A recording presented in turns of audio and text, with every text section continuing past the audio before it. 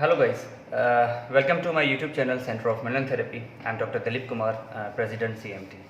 Well, जैसे कि हमारा वेबिनार का जो टॉपिक था वो manual therapy approach toward the human spine. We have a skeletal model, ठीक है. तो मैं नो डाउट पेशेंट के ऊपर भी जो है वो प्रैक्टिकली इसको डेमोन्स्ट्रेट करने की कोशिश करूँगा.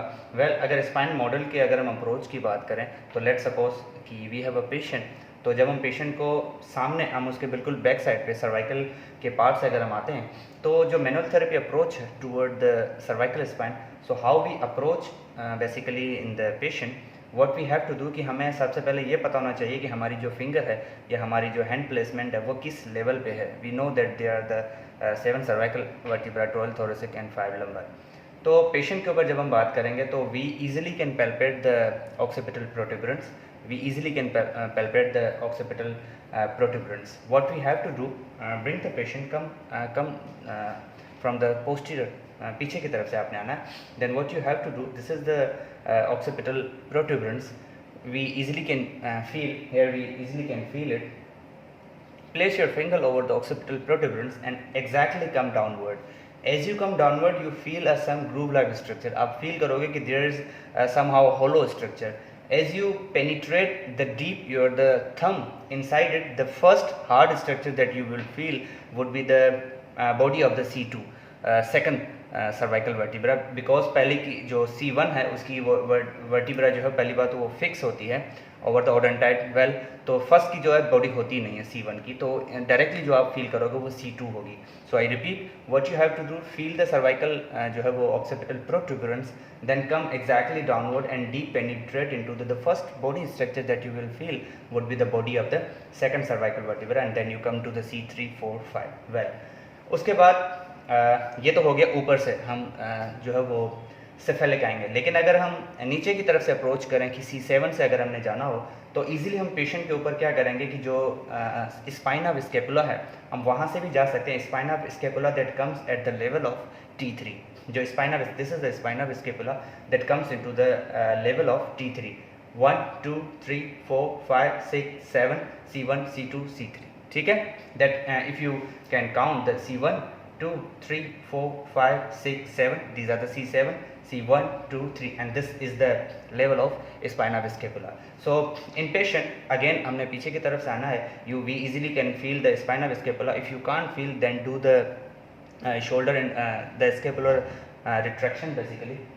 तो मैं अगर नीचे से, ये हमने ऊपर से देख लिया, अब हम अगर नीचे से आएंगे तो स्पाइन ऑफ स्केपुला को हम इजीली पैल्पेट कर सकते हैं. ठीक है. Then we come into the parallel, फिर हमने मीडियली दोनों स्पाइन ऑफ स्केपुला पर रखे, then come into the mid line. जैसे आप मिड पे आओगे जो आपका लेवल होगा दैट वुड बी, जो सर्वाइकल का पेशेंट का जो लेवल होगा that would be T3.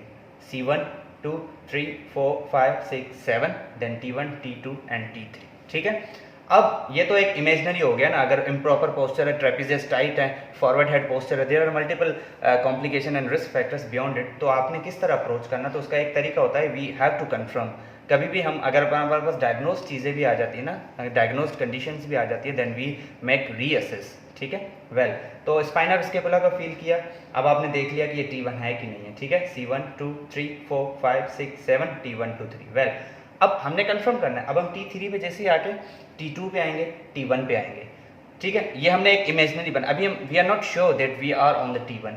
In order to confirm, in order to differentiate between the T1 and C7 and C7 and C6, what we have to do, जैसे ही आपने T1 पे आगे T3 से लेके, ठीक है, अभी भी आप अश्योर नहीं हो, तो आपने क्या करना है कि T1 पे जैसे ही आपने हाथ रखा, T1 के ऊपर C7 होगी, C1 पे आप हाथ रखें simply, then you have to command patient do the side rotation. ठीक है. We know that the cervical पे रोटेशन होती है, थोरेसिक पे नहीं होती. तो अगर बोनी लैंडमार्क कोई भी आपका हाथ जिस पे प्लेस्ड है, आपको नहीं पता C7 है T1 है, then you simply have to do the rotation. Patient को करानी है और आपको फील होगा कि बोनी लैंडमार्क मूव कर रहा है. if the bony structure over your thumb is placed is moving, this is the C1 in rotation, not the T1. ठीक है. T1 doesn't move, either move very slightly or doesn't. well, तो moving अगर object rotation में आपको मिले that is the C7 not the T1. तो अब आपका C7 और T1 में डिफ्रेंशिएट हो गया.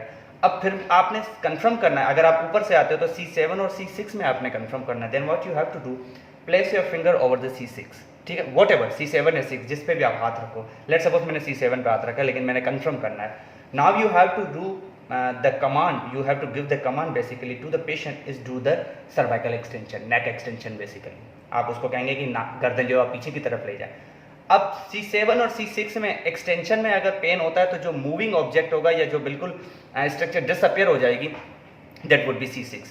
C7 जो है वो एक्सटेंशन में इतनी मूव नहीं करती जितनी C6. तो C7 आपको ऐसा फील होगा कि बोनी स्ट्रक्चर बिल्कुल गायब ही हो गई है. तो अगर वो डिसअपियर हो जाए या बिल्कुल ज़्यादा आपको मूविंग लगे, that would be the C6. So this is our manual therapy approach toward the cervical level. You can come either from the occiput, from the above, and from the top. If you also can come from the down in case of C7 palpating the T3 level.